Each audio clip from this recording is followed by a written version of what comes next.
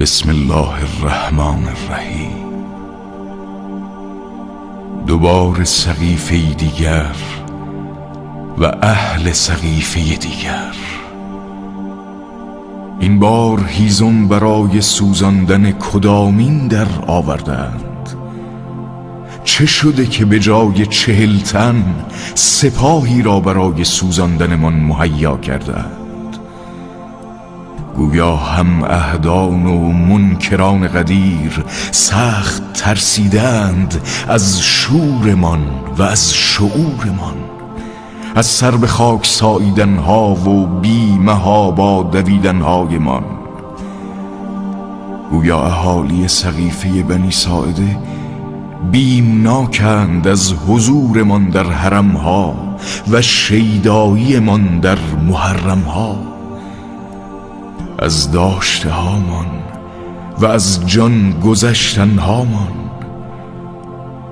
گویا این جماعت احساس خطر کردند از سیاهی جامه هایمان، از لطمه زدن ها و گریه هایمان، از بزم عذاب و تقدیس عرض کرب و بلا.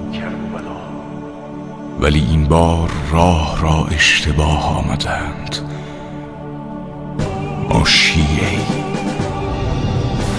ما شیعی، رسالت من محمدی، ولایت من علوی، اسمت من فاطمی، سخاوت من حسنی، عزت من حسینی، غیرت من عباسی، صبر من زینبی، عبادت من سجادی، شریعت من باقری، مذهب من جعفری، بردباری من کاظمی، مهربانی من رضوی، بخشش من تقوی، زیارت من نقوی، نگاه من عسکری و امید من مهدوی است.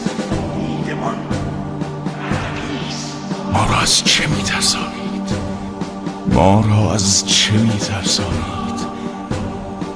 شهادت آرمان ماست. ما را به آتش بکشید، ما را بسوزانید. به شیعه بودن من افتخار می‌کنیم و حیدری فریاد برمی‌آوریم. لبیک یا حسین.